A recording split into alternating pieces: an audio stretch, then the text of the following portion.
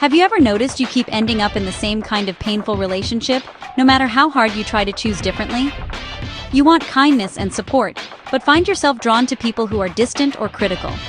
This isn't fate or bad luck, it's a pattern rooted deep in your past. Our brains crave the familiar, even if it hurts.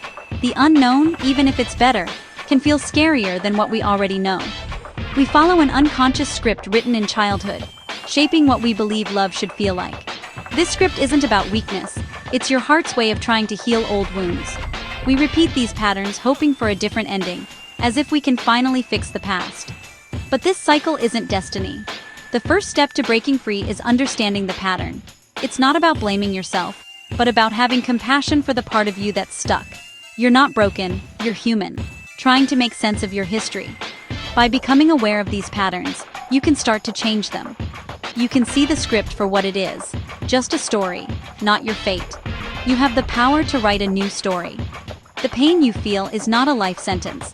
It's a signal that something inside you wants to heal. When you recognize the pattern, you can choose differently. You can step out of the loop. You can create a future that isn't ruled by your past. The story isn't over. You get to decide how it ends. Why do we keep choosing partners who hurt us in familiar ways? It's called shadow matching. We unconsciously seek out people who remind us of those who wounded us early on, often a parent or caregiver. It's not about their good qualities, but the traits that left us longing or hurt. For example, someone with a distant father may keep falling for emotionally unavailable partners, hoping to finally earn the love they missed. On the surface, these partners may seem different, but the emotional dynamic is the same. Longing, chasing, never quite feeling enough. Shadow matching isn't about appearances. It's about recreating an old emotional experience. The pull is strong because it feels like home, like the first version of love we ever knew. When we meet a shadow match, the chemistry is intense and immediate. That spark isn't fate, it's your old wounds being activated. The excitement is really your inner child hoping, maybe this time I'll finally get it right. But this intensity is a warning sign, not a promise. Shadow matching keeps us stuck in the past, dancing with ghosts instead of building something new. Recognizing this pattern is the first step to breaking free. You don't have to keep repeating the same dance.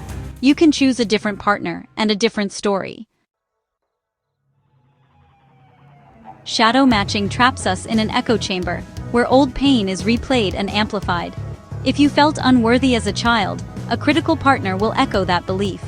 If your needs were ignored, a neglectful partner will reinforce that message.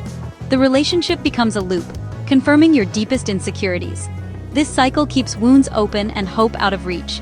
You start to believe the problem is you, not the pattern. The echo drowns out the possibility of a different kind of love. Breaking free starts with noticing. Do your partner's actions trigger old, familiar pain? If so, you're not just reacting to the present, you're hearing echoes from your past. Acknowledge the echo chamber. That awareness is the first step to silencing the old song. You can step outside the loop. You can choose a love that heals, not hurts. If shadow matching is the unconscious pull to old pain, the alternative is echo dating. Choosing partners who reflect your healing, not your wounds. Echo dating means seeking kindness, respect, and emotional availability, even if it feels unfamiliar at first. The difference is awareness. Shadow matching is automatic.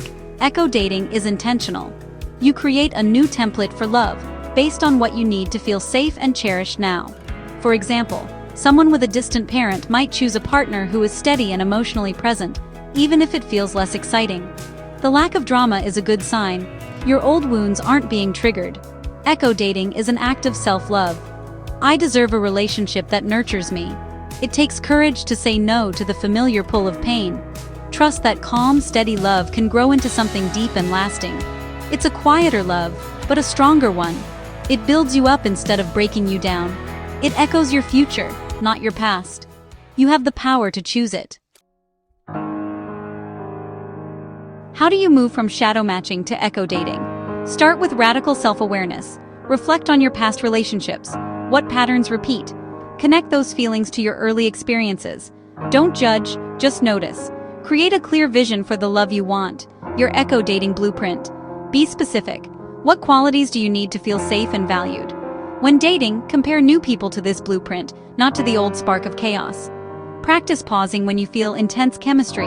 Ask, is this my old pattern or something new? Give yourself time to choose, not just react.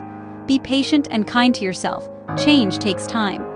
Every time you choose calm over chaos, you're building a new path. You're teaching your heart that new love is possible. You are the author of your story. You can write a love that heals, starting today.